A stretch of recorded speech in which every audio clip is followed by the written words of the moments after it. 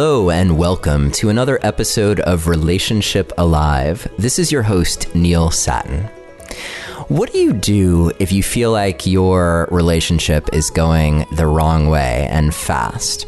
Or maybe it's been going the wrong way for a long time and you're not sure how to get things back on track. And on top of that, what do you do if you're the only one that seems to want to change anything in your relationship or to put that effort in? Is there anything you can do? And if there is, how do you do it in the most effective way so that you're not just spinning your wheels? Because my guess is that if you are interested in working on your relationship, that probably isn't new to you. It probably isn't dawning on you today. You've probably been trying over and over again. So how do you try something new? And how do you do it in a way that will actually have the desired result? Well, on today's show, we have one of the world's foremost experts on bringing relationships back from the brink of separation and divorce. Her name is Michele Weiner Davis, and she is the author of the best-selling books Divorce Busting, The Sex-Starved Marriage, and The Divorce Remedy, the proven 7-step program for saving your marriage. She's been on all kinds of TV shows and radio, runs workshops for normal people and therapists who I guess are hopefully normal people too.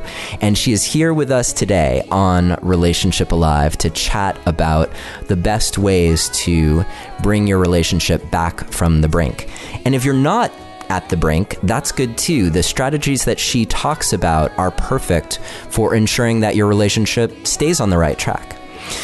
We are going to talk about a lot in today's episode, so if you'd like to download the detailed show guide, you can do that by visiting neilsatin.com/busting, BUSTING, as in divorce busting, or you can simply text the word passion to the number 33444 and follow the instructions, and I'll send you a link to the page where you can download this show guide as well as all of the other show guides for the Relationship Alive podcast. Pretty cool. In any case, we have a lot to cover today, so let's get to it. Michele Weiner Davis, thank you so much for joining us today on Relationship Alive. Thank you, Neil. I'm really excited about having a conversation with you about helping people have better marriages. So thanks for inviting me. My pleasure. Yeah, it's so great to have you here. And maybe we start there, although I want to give my audience a chance to find out more about you and how you came to this work. But let's just start with that question of marriage versus relationship, because so many people today aren't getting married and they're with long-term partners, but they're not actually taking that step. So how much is your work dependent on people actually being married versus just we're in this relationship and we're trying to make it work? Well, I have written my book with married couple, or my books, I should say, with married couples in mind. But that said, Neil, it's absolutely the truth that the principles that I write about are applicable to any kind of relationship. And you're right that more and more people are either putting off getting married to later stages in their lives or not getting married at all. And the passion that I have for helping people make their relationships work is the same whether they have a legal document or whether they're, cohabitating, or just even in serious, meaningful relationships. Because my feeling is that when people end a relationship, so often it has less to do with the merits or lack thereof of that relationship and more to do with the fact that they don't have the necessary tools and skills to make the relationship work. So when they leave that relationship, married or not, they often find themselves floundering in future relationships. So I'm just really adamant and passionate about teaching people the skills that they need to love the one they're with, married or not. Yeah, I could see how if you are married, maybe that makes it just like ever so slightly more difficult to leave. Mm-hmm. But maybe not, because we've become, in some respects, a very divorce. I don't want to say divorce happy, because that doesn't really, that's not really a true representation. But it seems like people are certainly quicker to divorce now than probably at any point in history. Mm-hmm. So it's not like being married necessarily. There, yeah, go ahead. So, you know, in the 60s and the 70s, the divorce rate really skyrocketed. And then I think after maybe, 20 years, maybe a little bit more, of looking at the results of rampant divorce and disposable marriages, people finally figured out it's not all that it's cracked up to be, and that in many cases it creates new and unintended problems. And so actually in the early 80s, although I don't think it's anything to wave a flag about, the divorce rate has actually leveled off. And although I do think there is a what I would call a recent interest in people finding happiness, which may or may not include working on their marriage, but nonetheless, I really do want to say that thankfully, the divorce rate has leveled off.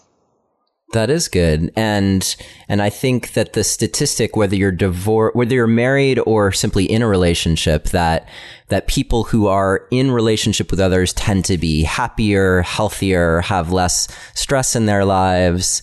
So certainly promoting the cause of those skills that are required to stay together. It's about an overall quality of life. Absolutely. They even live longer. Yeah. All right. Yeah. So great. So let's just say that we're going to be talking today about skills that are great for you, whether you are married or whether you're just in a long-term relationship and wanting to ensure that it lasts. And even if you're single and just listening, these will be the kind of skills that, again, you'll want to implement when you're in relationship, as a preventative to keep things going on the right track. Yeah, and I guess one more thing I'd like to add on to that, Neil, is that, so often when we're unhappy in our current relationship or marriage, it's easy to blame the person sitting next to us. And so often what I also find is that people leave these relationships, and if they don't really learn how they've contributed to the problems that they're experiencing, and they don't really gain insight as to the role that they played, then when they leave the relationships, they take their relationship habits with them when they go. And again, they find themselves repeating the same or similar mistakes in future relationships, which speaks to the fact that although, first marriages end in divorce approximately 42% of the time, but statistics regarding second and subsequent marriages are significantly higher. So we're back to what do you do about this? And to me, the what do you do about this is learn everything you can learn about how to have a good and healthy and loving relationship. Yeah. Yeah. And it's an interesting dance here because there are these skills. And I love how you talk about this in your book, that you can only get through relating to another person. It's not like you can go home and sort of do all this work for yourself and then suddenly you've magically figured out how to actually relate to another person and have a successful relationship. Right. It's not like you can figure it out meditating on the top of a mountain. Here's the other catch about all of this. We're not born knowing how to have healthy, loving relationships. When anyone who's ever had a kid knows that when that little baby is born, they are the center of the universe. And if you take that philosophy into adult relationships, it doesn't work all that well. And, the place that we learn how to have loving relationships is by watching our adult caregivers. And quite honestly, many of us have not had exactly really great role models. So we didn't learn how to communicate very well. We didn't learn that conflict is inevitable, but how do you work through it and get to the other side?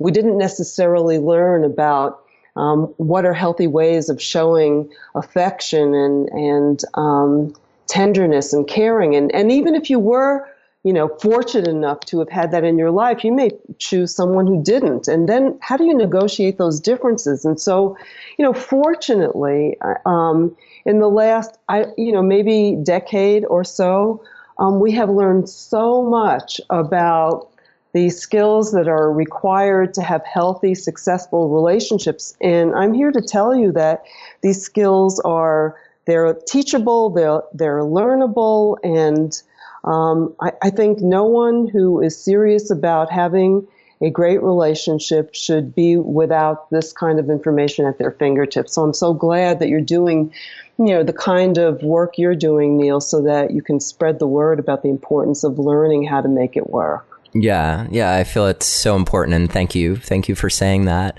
Mm-hmm. And diving deeper into that, one thing that I really like about your approach is that it's very empowering, particularly when there's only one person in the relationship who's taking an active interest in the betterment of the relationship, or at least, from the outside, that's how it looks. And I think it's like a pretty common problem that couples come to me or to therapists with, is this, like, my partner isn't interested. And ideally, both people are interested and both people show up and want to be there and making it better. But could you talk a little bit about what you've seen in terms of people who take that on by themselves?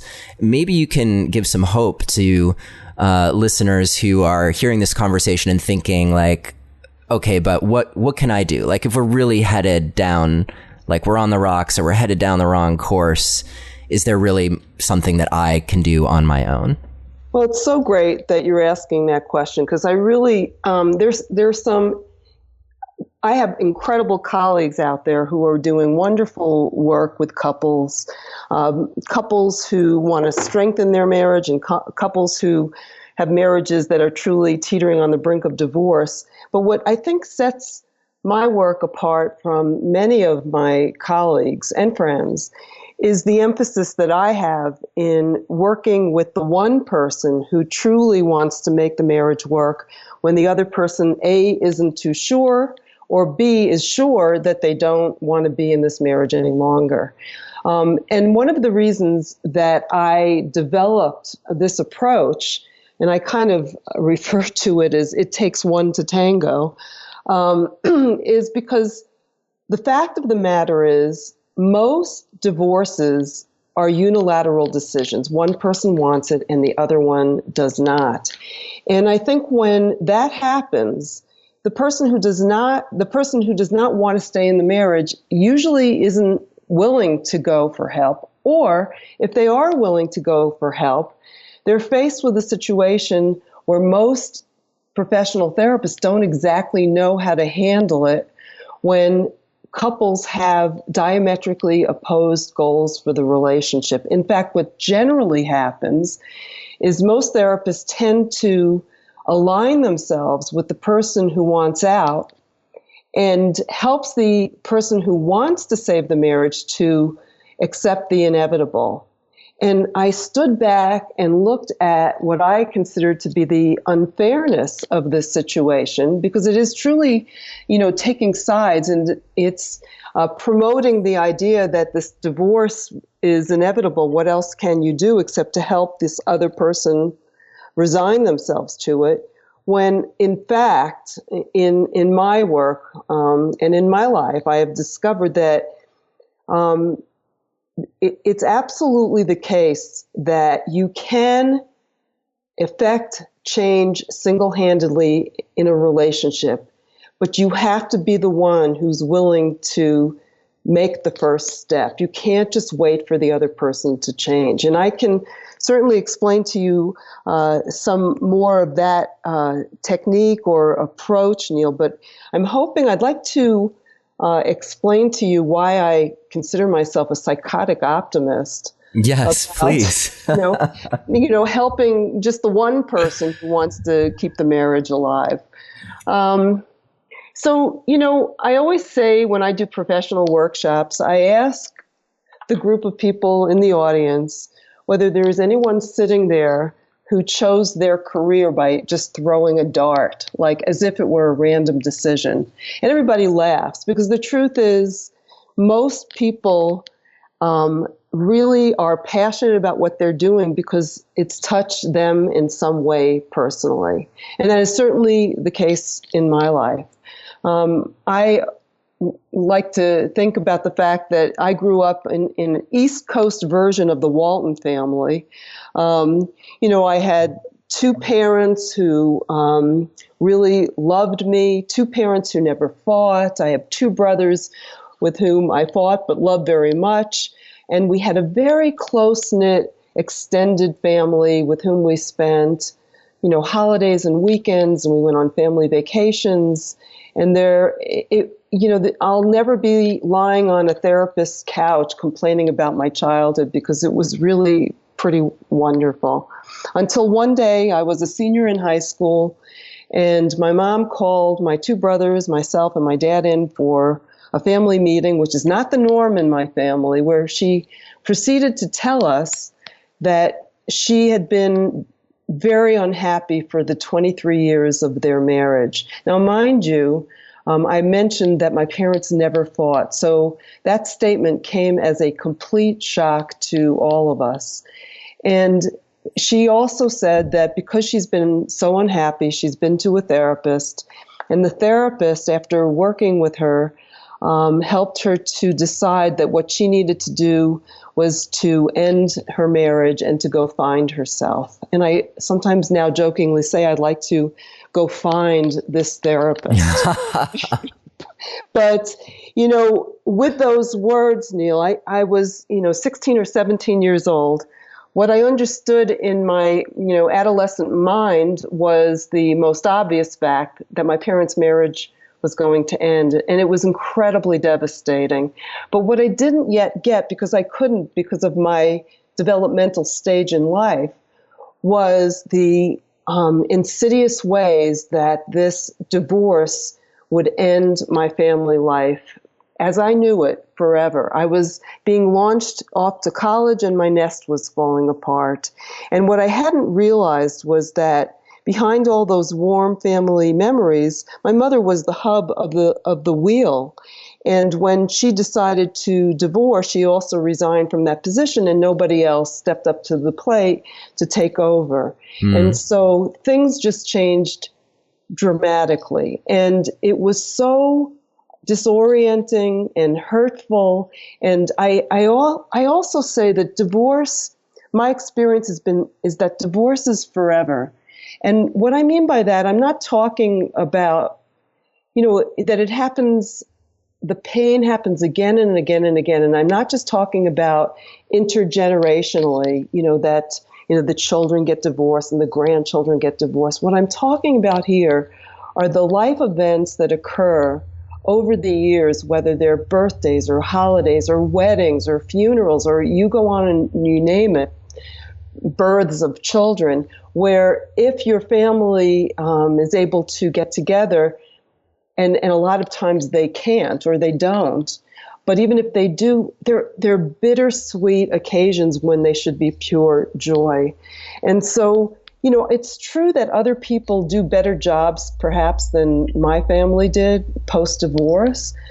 But one of the things that's happened to me since that fateful day when my mom announced that she wanted a divorce was that it's made me incredibly passionate about helping anyone or everyone who passes in my path or is in my path to really take a close, hard look at alternatives before making a decision to end their marriage, and if they have children, to end their families. And, I always say I didn't choose my career chose me. And in a way, it's been very healing for me to be able to have contact with so many people teetering on the brink of divorce, and to have them not only reconsider, but also reconcile. Yeah, wow, such a powerful story. And I have to say, like, as you were talking about it, along with just really relating to what you were describing about how your family split, and a very similar thing happened to me. My folks split when I was a senior in high school. Wow. And yeah, the way that created a lack of home and really kind of launched me into the world on my own. Mm-hmm. There are many ways looking back that I find myself grateful for that. And at the same time, sure, it's a I don't tend to reflect on that aspect of it so much, but it is also a source of pain for sure. Mm-hmm. And then also thinking about my own divorce, and, if listeners on the show have heard me chat about the fact that, I don't hide the fact that I was married and am divorced and have 2 young children who are amazing. And, despite the fact that I'm now in an amazing relationship, and a lot of the work that I'm doing now is because of how well matched I am in my current relationship. Mm-hmm. At the same time, you are right that divorce wasn't really a solution to many of the problems. And one of those being that because I'm connected through my children to my former spouse, I wish there were a word that was as good as wasband for wives, but because we're still connected through our children, like, we're always going to be a part of each other's lives in some fashion. So I can see, and of course I'm passionate about helping people not go through that pain. And even though I'm in a great place now, when I think back on what that process was like, and that was actually when I first encountered your work, Michele, was when I myself was in this moment of like, what do I do? And what do I do about my relationship? And yeah, when I think back on that, it was horrible. And I definitely wouldn't wish that on anyone. And had I had the skills then that I now have, it might have gone differently. Hard to say, really hard to say. And you raise an important point, Neil. I think, my approach isn't that divorce is bad or immoral. I don't come at it from a religious perspective. I just feel, and some marriages do need to end. So having said that, though, I just really feel that there are so many divorces, I don't know whether yours was one of them or not, but that are unnecessary because so many problems that feel insurmountable really are solvable.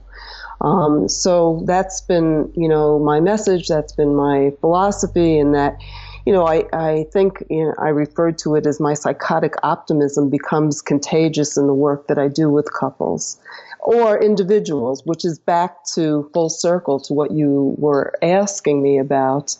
And, again, how I distinguish so much of what I do because very often just getting the one person who truly wants to make the relationship work. And divorce remedy, that my book is written for the one person who wants to save the marriage when their spouse is not willing to participate. So, maybe I should explain a little bit about how that's even possible. Definitely. Okay. And the one question I had was maybe to start with the fear, because I think the fear that every individual has when they're about to undertake that, or when they're in the middle of it, is what if my partner never changes? And what if it's always on me? Like it's going to always be on me to to overlook this or that, or to like set the course straight. And like, I don't want to be the only one responsible for keeping this relationship together or holding or keeping us on the right track. So how do you? You're right. Yeah. Well, I'm laughing because when I'm doing workshops, either for therapists or for the general public, I always say that inevitably there'll be somebody, when I explain that here's this program that you can use, here are some strategies that you can do that can really turn things around in your relationship. Inevitably, there'll be someone who says, why do I have to do all the work? Why do I have to be the one to change? And so I do have an answer for that. You will never, ever be the only one to do all the work. You will never, ever be the only one who's changing. All that I really am suggesting is that people learn a new approach, and they tip over the first domino, and they become a catalyst for change in their relationship. And so often, we'll be talking, I'm sure, more details about this, Neil, but so often the changes are either immediate or soon to follow, a new approach. And the only question that reluctant person then asks themselves is, why did I wait so long? Because the truth is, usually the person who asked the question has been doing an enormous amount of work. It's just that the strategies and the approaches they've been using haven't been working. So they're burned out, and that's understandable. And I'm all for stopping what you're doing that isn't working and thinking of something entirely new and different and more productive in order to trigger positive change in the relationship. So I'm really going to put a word out there to anybody who is thinking about the possibility of taking the initiative to make things better in the relationship, even if there are no guarantees, but even if they're a little cautious about whether it can really make a difference or not, you have got nothing to lose and everything to gain about trying a new approach. Yeah, and this new approach is, I think, important to bring up, because so many times people feel like, as you mentioned, they're doing all this work, they're trying everything, and nothing is really having that lasting effect. And I think that part of what the steps that you outline in Divorce Remedy are really good for is not only highlighting like how what you're doing, like the same thing over and over again, that's not actually working. Like if you have to do that in order to keep everything together, quote unquote, then what you're doing is actually not having the desired effect. Because the desired effect is probably to have a relationship where both people are showing up. Like that's what everyone would love. Absolutely. So your steps, I think, point people towards goals, and we'll talk about this, that make what they actually want really real and measurable. Mm-hmm. So that it's not just this kind of amorphous, like I'm tried everything, I'm always talking to my partner about the things I want to improve, those sorts of tryings, mm-hmm. versus strategies that actually move the couple in the direction of a healthier, more positive tone to how they interact with each other. Right. Well, maybe we should go through what some of the steps are that are outlined in Divorce Remedy, and that really can be used for one or two people working on a relationship. And then there's a particular strategy that I call the last resort technique, which is specifically designed for people who are in the 11th hour in their marriages or their relationships, and they definitely don't have the support of their spouse. And still there are things that they can do to begin to turn things around. In fact, there are things they're doing that are probably backfiring. So, but maybe we should start with the steps that anyone, whether they're in a relationship that is falling apart completely or they just really want to make it better, can use. Let's do it. Okay. So step one, let's do 1 and 2 together. Okay. 1 is start with a beginner's mind, and 2 is to know what you want. Exactly. Yeah. So in starting with a beginner's mind, of what I was thinking about there is that, people have so many misconceptions about marriage. And a lot of these misconceptions get in the way of them doing what they need to do to make things better. For example, I have a lot of people who say to me that, we have so many different disagreements, and we're so different that we're just mismatched. We're not meant to be together. When the research really tells us, for example, that people who are in long-term happy marriages are no more similar to one another than people who divorce. But there is one difference in people who make it over the long haul, and that is that they learn how to deal with their differences. And so if you have this mythical thinking that you have to be a clone of your partner in order for your relationship to work, you're definitely going to get stuck. So that's an example of the kind of misconception that so many people have. Or sometimes people say to me, I don't know what happened, but I just fell out of love. Well, guess what? You don't just fall out of love in the same way that you might fall off a ladder or fall out of a tree. It doesn't just happen. When I get people's marital histories and I hear about the effort and the energy and the attention and the care that they gave their relationship in the early stages, as compared to what's happened over time, for a variety of reasons, there's a marked difference. And so one of the things that I help people do is to figure out what they were doing differently during times in their lives and their relationships when their relationships were working better. Because so often that's a formula for success in terms of implementing a lot of those same strategies, those actions, those behaviors, and making the relationship work. I mean, I'll give you a quick example.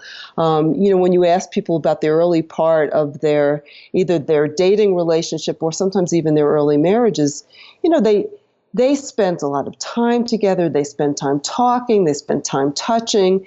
They spent time laughing at each other's jokes.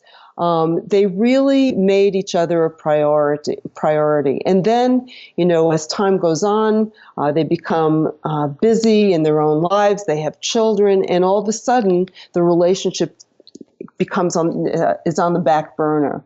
Well, and they fall out of love. It didn't just happen.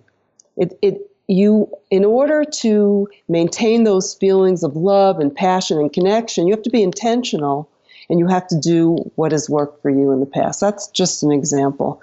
But in terms of starting with a beginner's mind, more as it relates to how people make positive changes in their relationship, one of the basic concepts we've already touched on, and that is that it really does take one to tango. When I do workshops, I ask people, how many people have heard the expression, you can't change other people, the only person you can change is yourself? And all the hands go up in the audience. And so what I say at that point is, here's the truth. You can change other people, but you must begin by changing your own actions first, because relationships are such that if one person changes, the other person will change in response. And I often give an example, Neil, out of my own marriage. And I say to people, look, if you were with somebody that you love and you're having a really great evening together, I mean, let's say you're having a great conversation and you're feeling really close and connected, and then for some very bizarre reason, you want the evening to go downhill.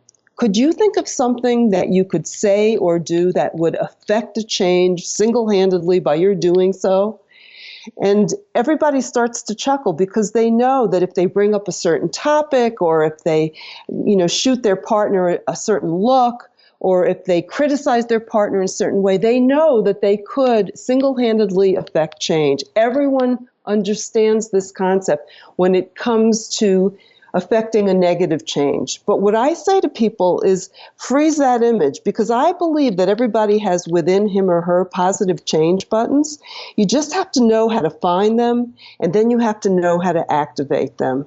So, again, one of the examples I mentioned that I give is that if my husband and I are I know exactly how to affect change in my relationship with him. If we are, for example, in a car and we're having a really great time and we're really connecting, and I want to, for some very strange reason, affect a change in that, all I have to do is make a comment on how he's driving. It works every time. It actually worked last week. I tried it again. It works. And so, and now I say I don't even need to tell him that he's driving badly. All I need to do is white knuckle, the hand holder thing on the right side of the passenger seat, or use the imaginary brake as on the passenger side of the seat. And he can see me doing it. And he gets mad at me, and the whole evening goes downhill immediately at that moment. And so what I say to people, look, the same dynamic in reverse works, that we have to be able to find those positive change buttons. And when we do, and when we become more intentional and more mindful, we can trigger positive change in our partners. So that's one concept that I really want people to embrace, that it not only is possible, but it's probable that if they take, if they approach things differently in a way that they haven't before, they're bound to get different results. So that's the first step. Yeah, that brings up a question for me, which is, sure. And I think it ties into what you were saying about trying things differently, because I can imagine sitting in that situation and thinking, well, the things that used to work that got a positive response in my partner, they don't seem to work anymore. Or when I try them, in fact, they have like the opposite effect. So I do something nice that used to feel so special to them, and it seems to be pushing them away. Or so like the skids are greased for those negative responses, but not so much for the positive. Well, I think part of what has to happen is that people have to adopt a more trial and error philosophy to what they're doing when they're interacting with their spouses. That it's possible, people do change over time. And it's possible that what has worked in the past isn't going to work in the present, which is clear data that it's time for something new and different. That you can't just operate off of what you knew has worked in the past necessarily. It's time for a change. Yeah, and I think we're going to get to that in step number 4. Right. So let's go back then to I think you were about to move ahead to step number 2, which is know what you want, followed by step number 3, which is ask for what you want. So exactly. Well, one other thing I want to just add very quickly is, and this has been a trademark of my work as well. It's very much based on a way of working in therapy called solution-focused therapy. And what people who practice this approach have learned that the traditional concept of if you want to solve a problem, you have to do an introspective journey into the past to understand why you're having this problem, gain some insight into your past, and therefore that insight will lead to change. And there's been a lot of evidence that you can become very insightful about why you're doing what you're doing, about how you're repeating patterns in the past, and it won't necessarily help you to figure out what to do differently in the present or in the future.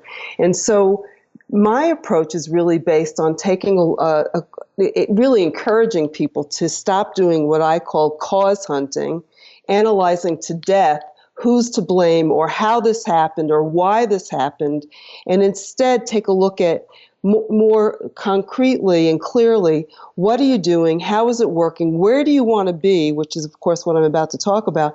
And what are the concrete steps you need to take to be there next week or next month or 3 months from now?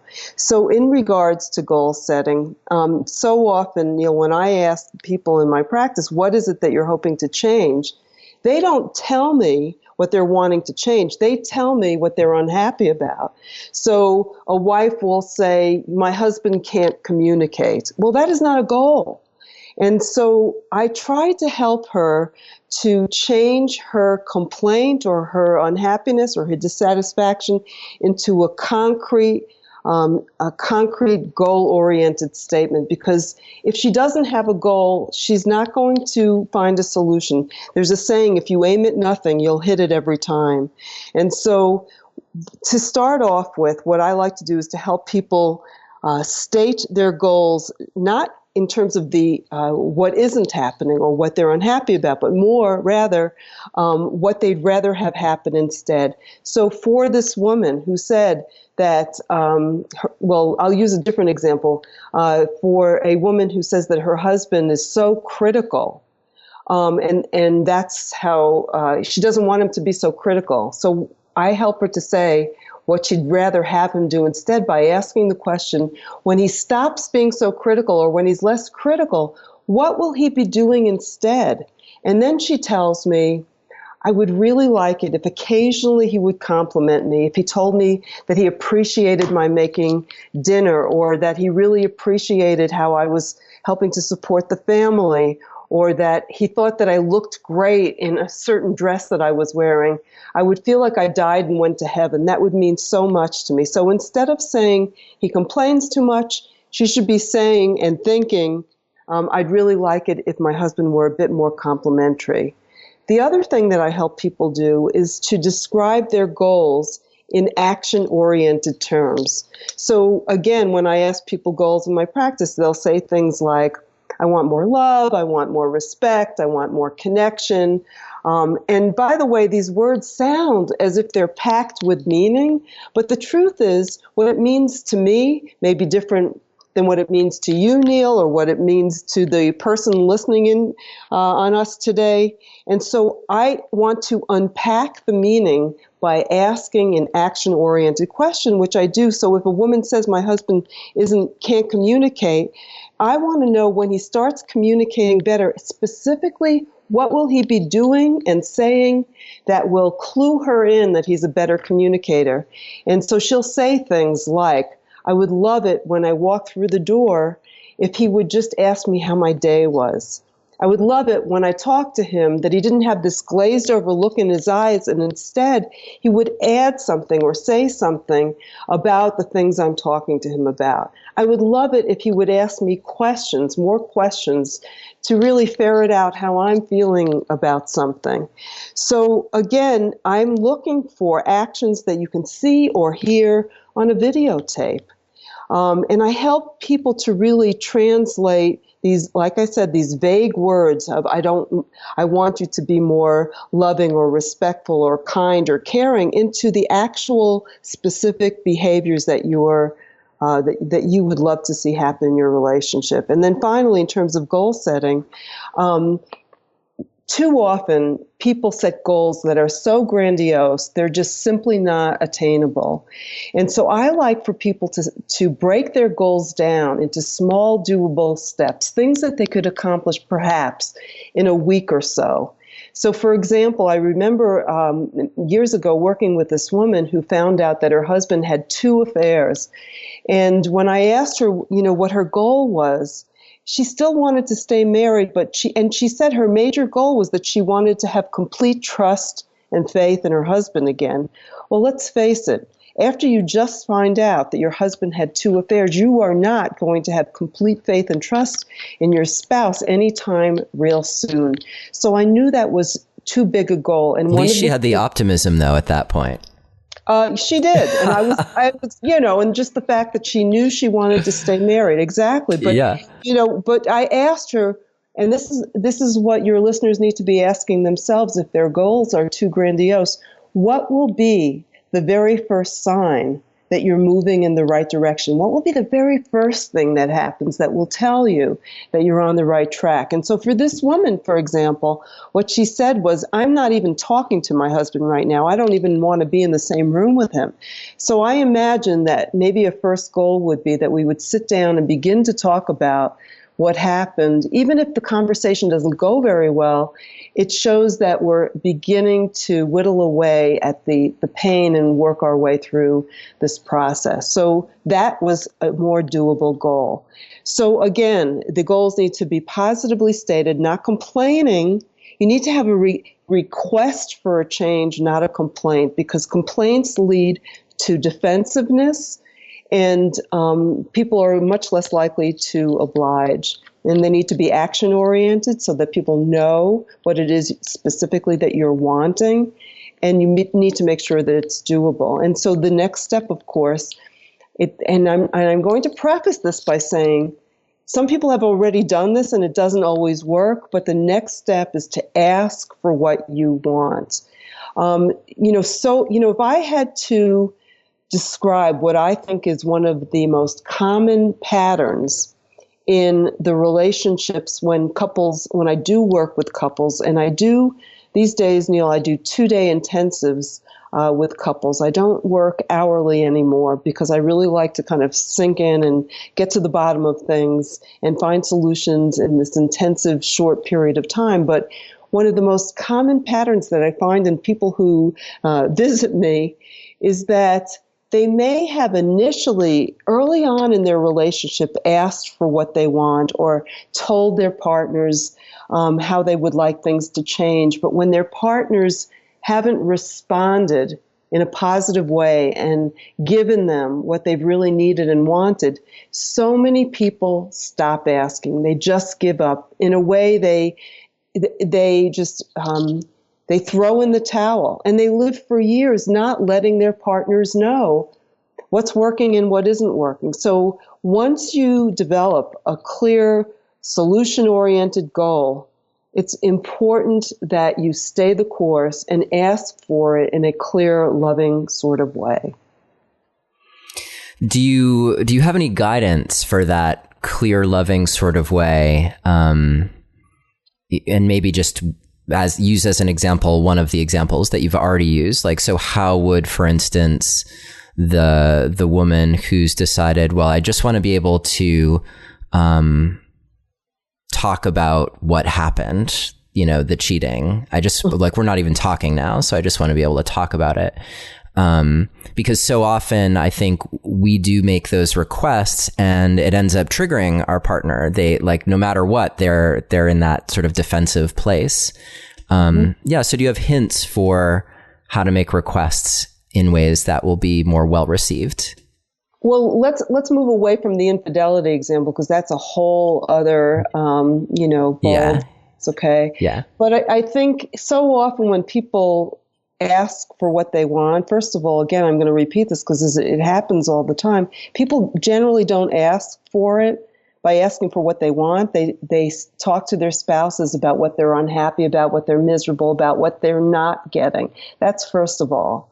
Right. Second, or they might say, I want you to communicate with me, as opposed to when you come home and come through the door, could you just ask me how my day was? That sort of thing. Exactly. And here's the problem with that.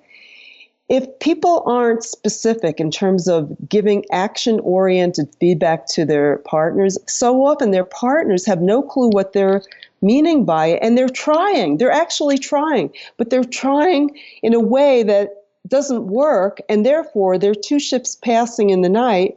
But the person who's been trying feels, I'm unappreciated, I'm never recognized for what I do, so why should I even bother? So yes, it's important to be specific and concrete, but in addition, so often these requests come out in the midst of an argument.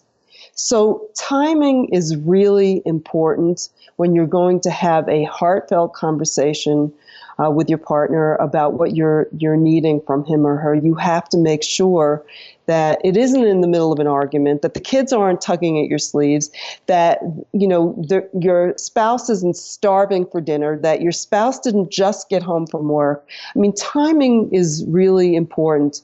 And by the way, it helps to preface it by saying something that is conciliatory or loving. For example, saying, maybe I know you don't mean to do this, and I know I haven't been open with you about how this has been affecting me, but I'd really like it if in the future, when we go out with other couples, you make more of an effort to include me in the conversation, as opposed to saying, you monopolized that conversation last night. You didn't give me a chance to talk. You never made eye contact with me. But instead, give your partner the benefit of the doubt and ask for what you need in a loving way. Yeah. And if you're the partner listening to this, I think that was a great example too of how you might say, I would love it if you would include me in the conversation more. And I think that's a perfect opportunity for a partner's curiosity to kick in and say, okay, well, what does that mean? Like, what would it, if I were including you in the conversation more, what would I be doing? Exactly. To get at the nitty gritty of what those changes would really look like in practice. Exactly. And, hopefully the response would be, well, maybe you'd throw more of the conversation my way. You'd ask me a question, or you'd comment on something that I say rather than immediately changing the subject. So giving concrete examples like that, I think, really helps to give your partner the opportunity to please you once they know what they're aiming for.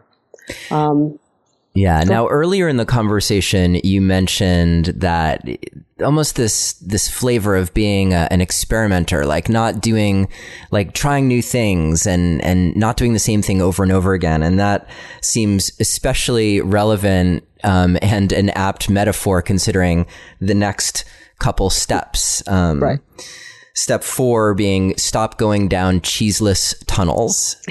Right. So, well, for anyone listening who doesn't know what a cheeseless tunnel is, so there's, I remember as a psychology major, having to do experiments with rats when I was in graduate school, and about how rats learn. And so imagine this maze, and it's got 5 tunnels. And you've got a rat at the beginning of one of those tunnels, and you take a piece of cheese and you put it down tunnel number 4. And initially the rat goes up tunnel number 1, notices there's no cheese, comes back down. 2, no cheese, comes back down. 3, no cheese, comes back down. 4, cheese, bingo. And if you keep putting the cheese down tunnel number 4 consistently, initially the rat will explore the other tunnels before getting to 4, but it'll learn pretty quickly that the cheese is down tunnel number 4.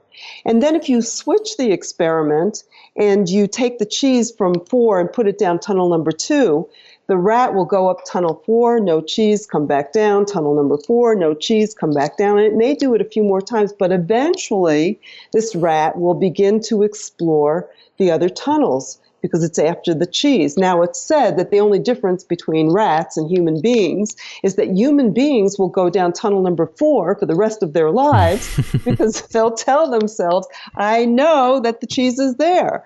And, in a more practical, maybe human example of this is that, in life, when something happens, when there's a problem, generally people, proactive people, will do something to fix it. They'll intervene in some way.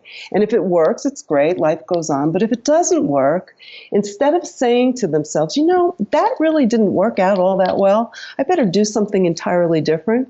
What most people say to themselves is, that didn't work. I guess I have to try harder, do it one more time with feeling, really get emphatic about this. And, there's a saying, Neil, that I'm sure you're familiar with. If you do the same old thing and expect different results, that's the definition of insanity. But the truth is, if you do the same old thing over and over and over again, you do get different results. Things actually get worse. And the classic example that I give to people about that I think everyone understands is, I used to work with families a great deal. And when parents discovered that they had a sneaky teenager on their hands, what's the most logical thing for a parent of a sneaky teenager to do? They start to spy on their kid. But when the kid discovers that his parents are spying, what does he do? He goes underground. He gets sneakier. Now, at that point, the parent should be able to say to themselves, what we're doing isn't working. In fact, it's making matters worse. But in truth, what parents generally do is they up the ante and they become even better at spying on the kid and going underground about their spying, which of course makes the kid even sneakier. And in marital relationships and intimate relationships, one of the classic examples of this is, let's say, a wife who wants to spend more time talking verbally with her husband. And so she tells him, has this, heart to heart with him and tells him, I'd like for us to talk more. And he goes along with it and he has a conversation with her. And so he's feeling like he's done his job and she's feeling satisfied. But the next day at the breakfast table, since he did his job, he picks up the newspaper and he starts reading. And she says to him, I thought I just talked to you yesterday about the importance of us communicating more. Well, now he feels her anger, so he starts to withdraw. And the more he withdraws and pulls away and maybe even leaves the table, the more she pursues him. And the more she pursues him, the more he withdraws. And the more he withdraws, and I think you get the picture. The very thing people do to, in essence, solve a problem becomes the problem. Their problem-solving behavior becomes the problem. And so, one of the things that I like to do in terms of more of the same is to ask people, where do you find yourself getting stuck? Where do you find yourself either saying the same thing over and over again or doing the same thing over and over again? Where does your partner show up the most stubborn? Because wherever that spot is, that's where you're doing more of the same. And I really help people to take a look inward about the very things they're doing that are actually making things worse. And I can give you an example from my own life, something that, I was never very proud of, but there I was doing the same old thing. My husband and we've got 2 grown children, but when they were little, we had major disagreements about how to deal with them, especially our firstborn, the one you kind of get to experiment with. And, I always thought that he was too strict and he had harsh ways of saying things. And I was protective of her self-esteem and also of their relationship. So every time he engaged with her in a way that I thought was critical, I would intervene by softening the blow, so to speak. And guess what would happen? He would get mad at me and even madder at her, which was exactly the opposite of what I had intended. I was hoping he would back off. But he felt that I was a pushover. He was always upset about the fact that I got in the middle of their relationship. And so the more I did that, which I felt like I had to because it was a mother's duty, and the more it escalated the negativity between the two of them and between him and me. And this, by the way, Neil, I'm not proud to say, went on for not just weeks, but months and years. And that's, I can't tell you how many people have come to my practice who describe similar kinds of patterns that they engage in. And the reason they persist is because typically the thing that you're doing, you feel very strongly that it's the right thing to do. Perhaps it's the only thing to do. And most certainly it's a logical thing to do. But here's the bad news. Logic doesn't always work. It took me years to figure out it was time for me to do something different. And I see my couples doing this all the time. Yeah. So how did you move from seeing what you were doing to coming up with, all right, so I can't do that. So now what the hell do I do? Exactly. Well, I thought it would be a good idea if I practiced what I preached, because I certainly preach all the time that the next step in this sequence is to, first of all, quit doing more of the same. And the next thing is to experiment, do something different. Anything different has a better chance of working than the same old thing that you're doing that is only making matters worse. And so in this case, I remember this like it was yesterday, and it was a very long time ago. I was doing a workshop in California. We lived in the Midwest, so I was about as far away from home as I could possibly be. And I got a call from my daughter in the evening, and it was sort of an SOS call. Mom, Dad's saying mean things, and he's angry. And of course, it stirred in me those the feelings that I have to, intervene here in some way. So I said to her, put your father on the phone. And luckily, we had a rather large house, so it took a while for him to get there. And it gave me enough time to say to myself, Michele, what is my goal here? What am I hoping to accomplish? And my goal was I wanted them to have a good evening together.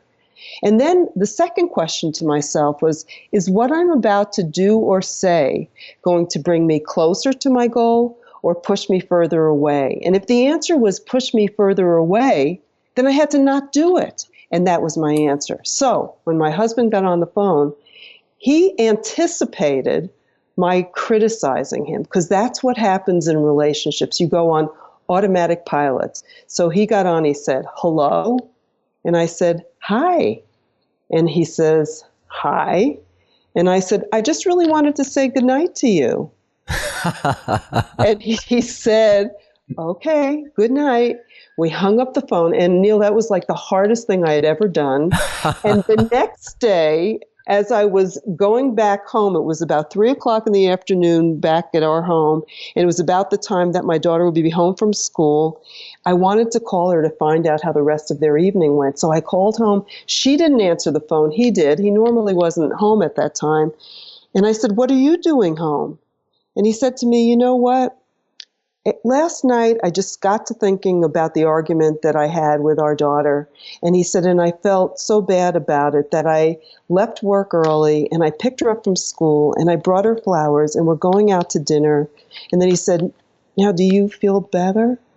And I said, yeah, I feel so much better. I said, do you feel better? And he goes, yeah, I feel great. The truth is, he loves our daughter as much as I love her. But every time I intervened, the only response he had was to my negativity, not to have the opportunity to look at himself in the mirror and to take stock of what he was doing.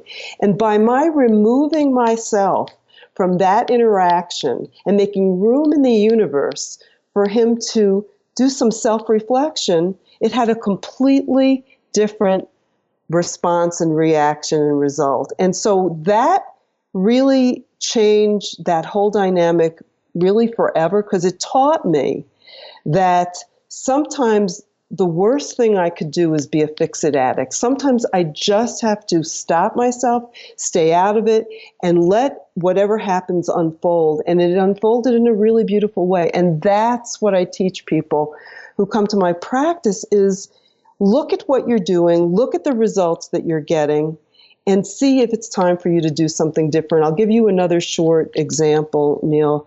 And I was working with a woman who she hated conflict because she grew up in a conflict-ridden home, and it really upset her to the core. And as life would have it, she married someone who was angered very easily, and there was a lot of tension in her relationship for years. And every time he would get angry, her logical response was to try to calm him down.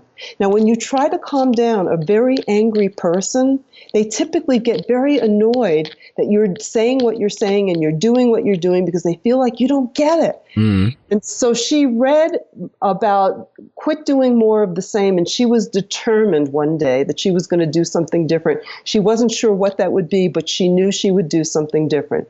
The opportunity came very quickly. It was a Sunday. Her husband was in the family den. He was working on a project. She was in the kitchen. All of a sudden, she hears his voice getting louder and hears him say, I can't believe that my boss wants me to do this. I wasn't at the training. I don't know what to do. And her initial instinct was to do more of the same, to rush in and try to comfort him. But instead, because she made a promise to herself, she marches into the family room. And uncharacteristically, she pounds her fist on the desk and she goes, I can't believe this is happening. You weren't at that training. You were home. There's no way you're going to know what to do. There's no way you're going to be able to do this assignment. What was your boss thinking? This is so crappy. It's going to ruin our day. And it was dead silence.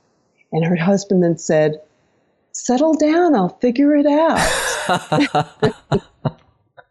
And it's a humorous but true story.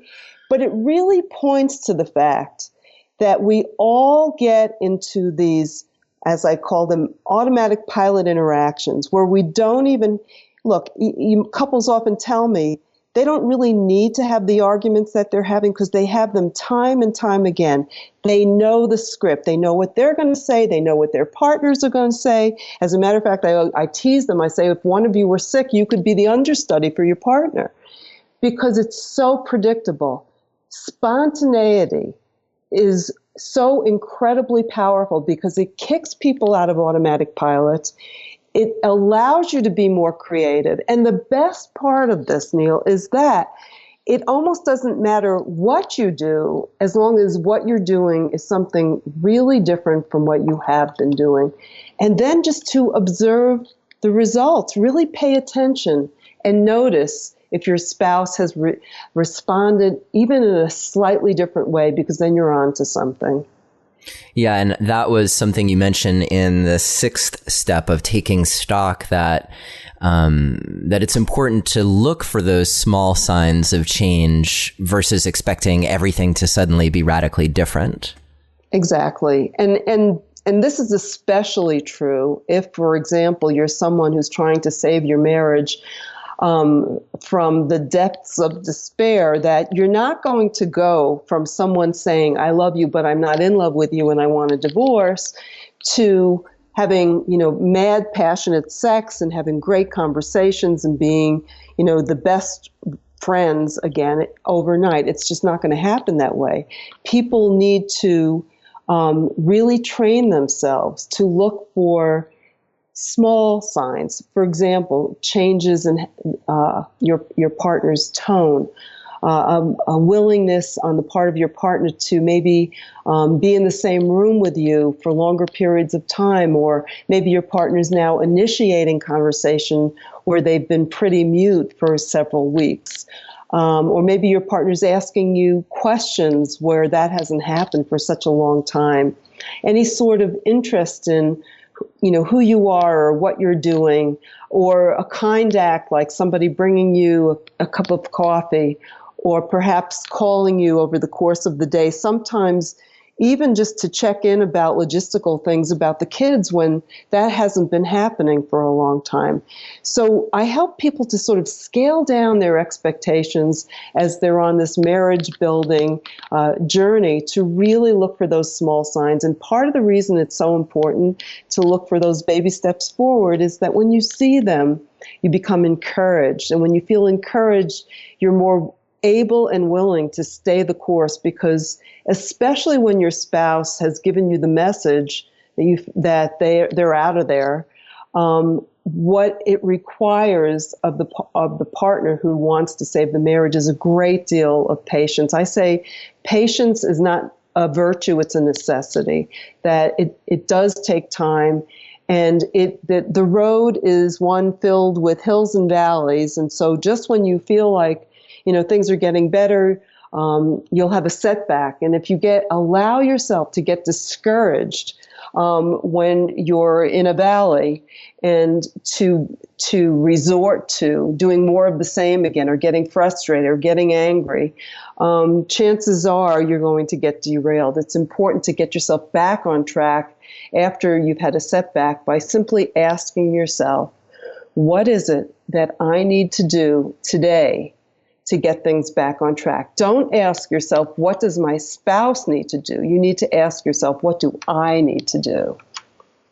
Yeah, and that sounds like it's part of step 7, keeping the positive changes going. Like, even when you have a setback, to focus in on what was working and to revisit those things, because that's how you'll build momentum around the positive change.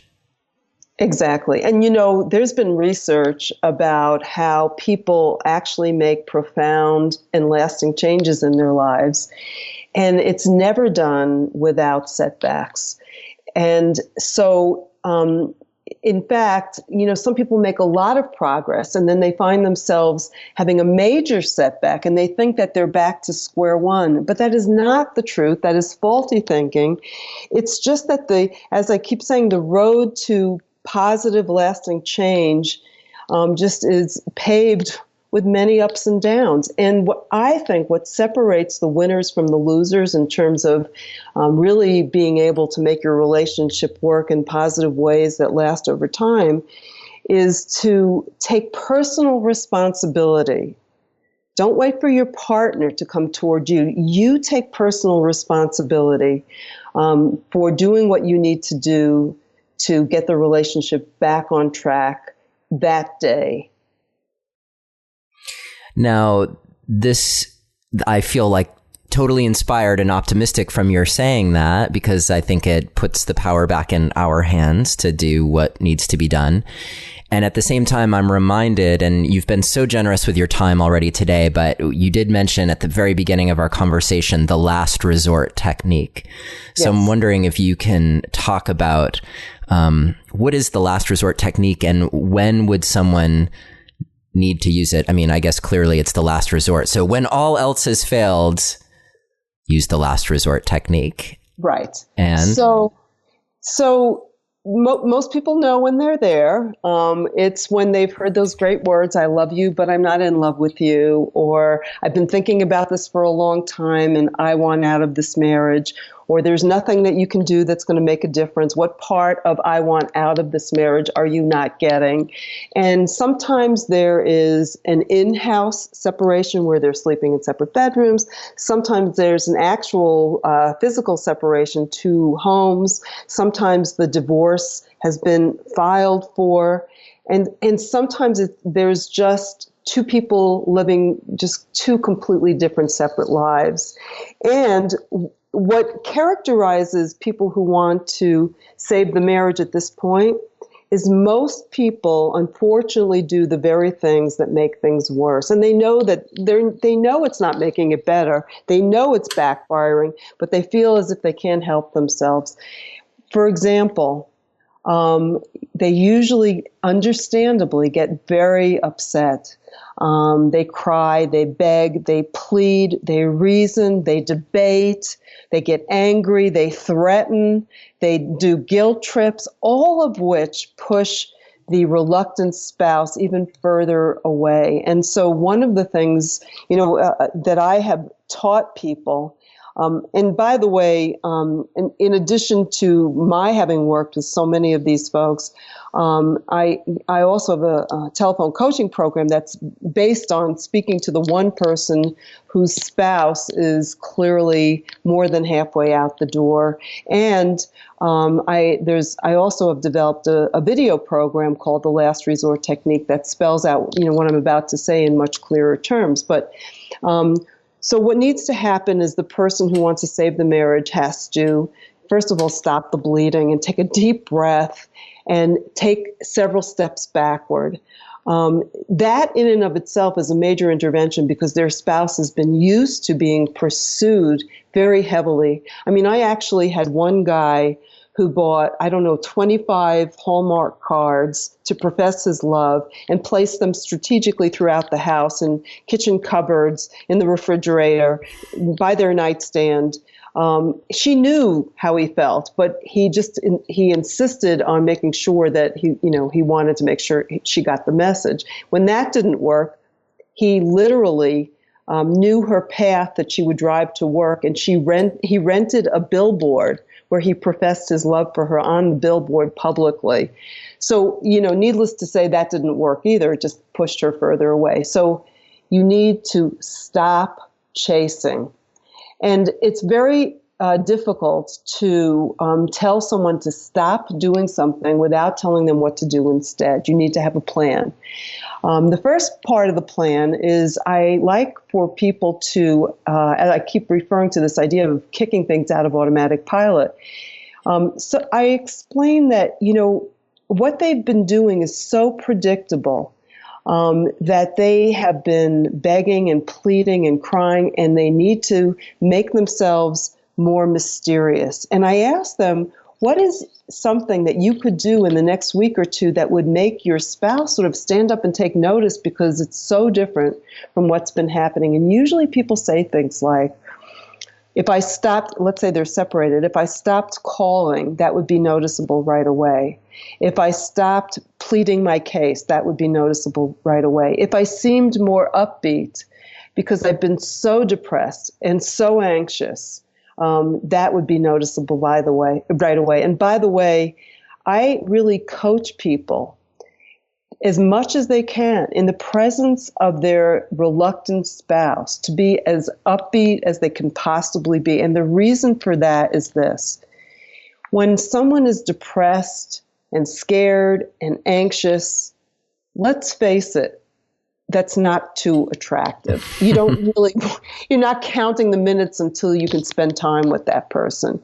And I always, when I say to people, you need to bring your best self to these interactions, they'll say to me, but how can I'm feeling so bad. I'll say, look, you're feeling so bad because that's a reaction to the situation that you're in at the moment, but that's not who you really are. For example, tell me, what do you think your spouse was attracted to when you first met? And I usually hear things like, I was the life of the party, I'm really outgoing, I'm very funny, I'm successful. And I'll say, freeze that image, because that's who you really are. And I'm not asking you to be someone who you're not. I'm just asking you to bring that person to the interactions that you're having. And most people feel a deeper sense of confidence after they've remembered who they really are. And so they're more upbeat, they're not calling. I also suggest that they not initiate conversation. They allow their spouse to sort of take more responsibility for initiating all sorts of contact, even if they're living together, to initiate the conversation. They can respond. They should respond lovingly and kindly and enthusiastically, but let their spouse take the lead. Those are just some examples. There are many more, Neil, but what tends to happen with so many of these people is that when the person who's being dumped, so to speak, stops acting like a victim, starts, another piece of this is very important, getting a life of their own, which means very often being with friends, keeping themselves busy, going back to church or synagogue, going to do exercise or meditate or take a yoga class. When they begin to focus on themselves and make themselves or help themselves feel better about who they are, so often they become much more attractive and less sad seeming, and their spouses take interest in them again. And one of the things that I have to teach people to do is to, if their spouses are coming around, if they're beginning to show interest, if they're calling or wanting to spend a little more time together, or maybe even being a little flirty, as hard as it is, it's important not to step back into the old roles too quickly before these changes have taken hold. Because so often what happens is when things just start to get a little bit better, the person who wants to save the marriage really feels that they're on safe ground, and they begin talking about things like, are you noticing the changes that I'm making? Where do you think we'll be 3 or 6 months from now? Do you still love me? Do you want to be in this marriage? All of that, which I call relationship talk, drives the other person away. And so it's really important to take things slowly, even when things are turning around. Yeah, it actually reminds me a lot of, there's a conversation that's coming on the podcast with Chris Sider of the Ex-Boyfriend Recovery Project. And so his side is completely focused on when people have been dumped, how do they get their person back? And, and he's had, hundreds of thousands of people visit his site and give data.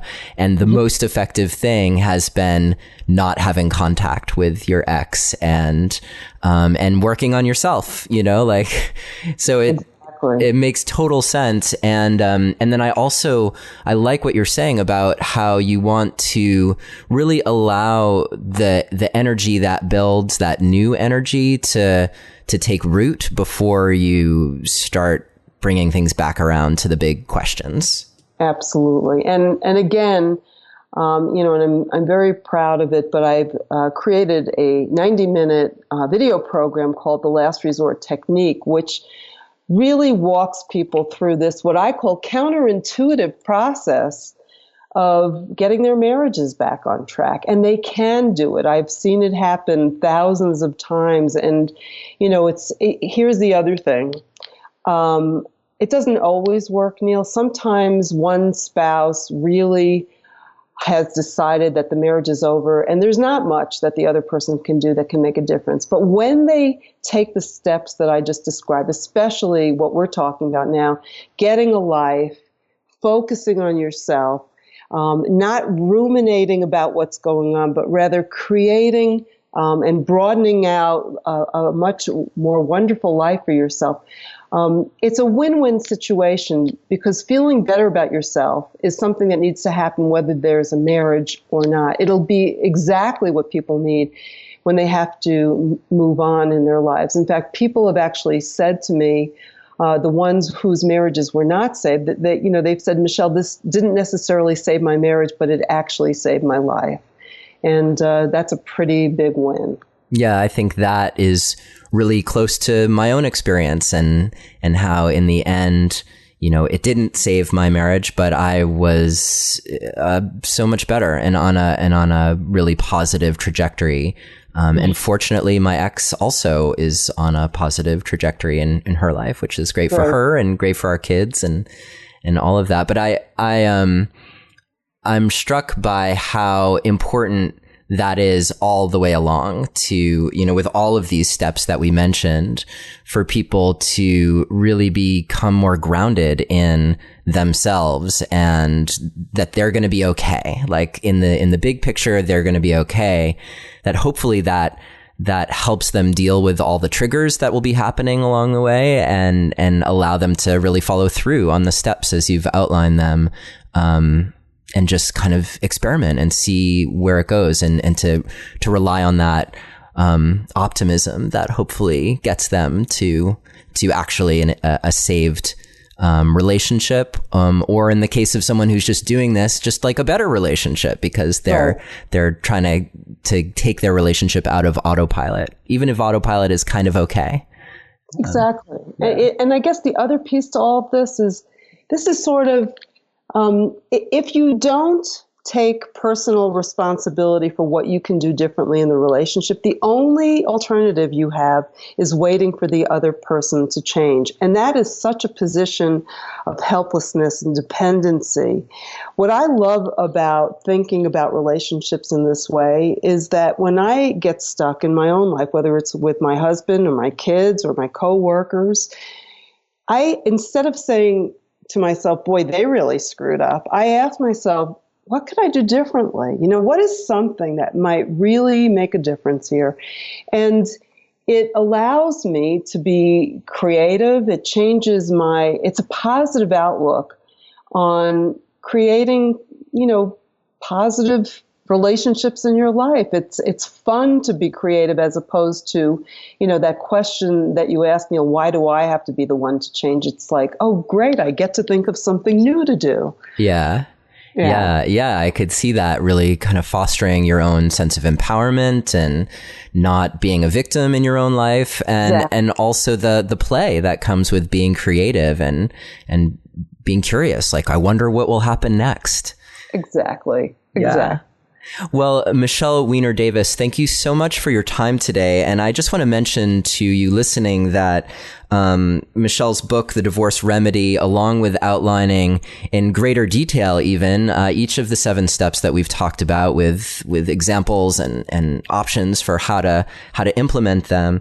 There's also a section that deals with specific issues like dealing with infidelity, or if your partner is depressed, or if there's like a midlife crisis going on, or like a collapse in your sex life. So those things are also tackled in the book.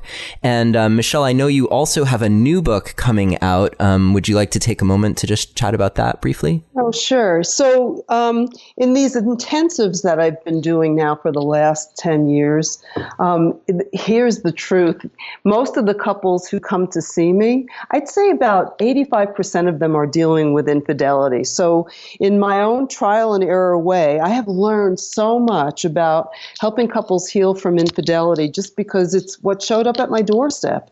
And I thought, I don't want to just be able to help the people who find their way to Boulder, Colorado. I really would like to get the word out that there are concrete steps that both spouses can take in order to move through the pain of the betrayal and to come out the other side with a relationship that is stronger and more connected than when it started. And so I wrote a book called Healing from Infidelity, The Divorce Busting Guide to Repairing Your Marriage After an Affair. And that will be out at the end of January. And I'm really excited about it. Great. Well, we will definitely have you back on the show to talk about that topic. It's so important.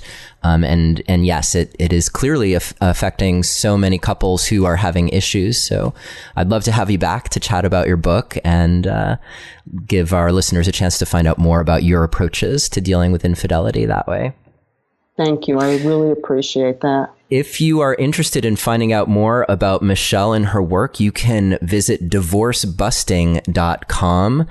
You can also schedule a consultation with a divorce busting coach.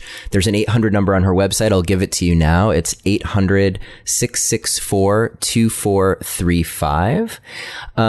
And Michelle's mentioned that she has intensives that she does and other videos and books and products that are helpful for you that are all available through her site or on Amazon.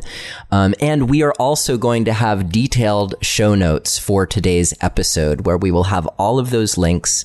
If you want to download the show notes, all you have to do is visit neilsattin.com/busting, BUSTING,